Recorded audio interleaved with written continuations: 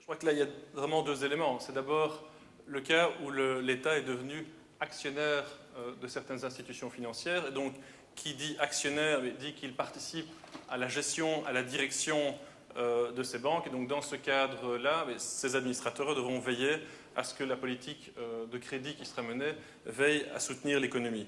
Mais je voudrais aussi également vous faire part d'une initiative qui a été prise très récemment par Sabine Laruelle en tant que ministre de tutelle sur le fonds de participation. Donc, le fonds de participation, c'est cette institution publique fédérale qui est chargée du soutien, du financement aux petites et moyennes entreprises et aux indépendants. Et donc, le fonds de participation, aujourd'hui, il fait trois choses.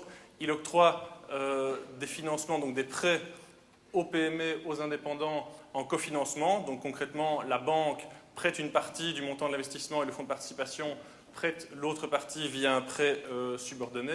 Le fonds de participation octroie également des prêts, mais de montants plus réduits, pour les chômeurs qui décident de se lancer comme indépendants. Et enfin, intervient aussi dans des produits spécifiques de capital à risque. Et donc, concernant ce premier produit, vu qu'on voit ces derniers mois, en tout cas les chiffres du fonds de participation le montrent, on voit une diminution très nette en octobre du nombre de demandes de crédit qui ont été introduites. Mais Sabine Laruelle a pris deux initiatives.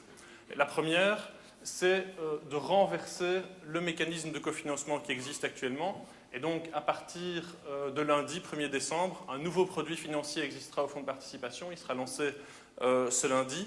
Il s'appelle Initio et qui vise à permettre à tout indépendant, toute entreprise, tout starter ou toute entreprise de moins de 4 ans et qui a des projets de croissance, de développement, de s'adresser directement au fonds de participation pour obtenir directement un financement. Et donc, c'est d'abord le fonds de participation qui, en première ligne, avec de nouveaux moyens financiers, je vais y revenir, va prêter de l'argent aux PME, aux indépendants. Et donc, l'institution bancaire, elle interviendra en deuxième ligne, ce qui va permettre justement à tous ces indépendants d'aller voir leur banque, d'aller voir leur courtier en disant « Voilà, moi, aujourd'hui, j'ai déjà un accord du fonds de participation qui s'engage à me prêter tel montant et je vous demande de compléter le montant de votre investissement par un crédit. » Donc, on renverse le mécanisme actuel. Et pour mettre ce système en place, le fonds de participation va lancer début 2009 un emprunt obligataire de 300 millions d'euros avec garantie de l'État et déductibilité fiscale. Et donc, ces 300 millions d'euros vont tout de suite pouvoir être investis au profit des indépendants, au profit des petites et moyennes entreprises qui veulent lancer de nouveaux projets, qui veulent développer de nouvelles initiatives.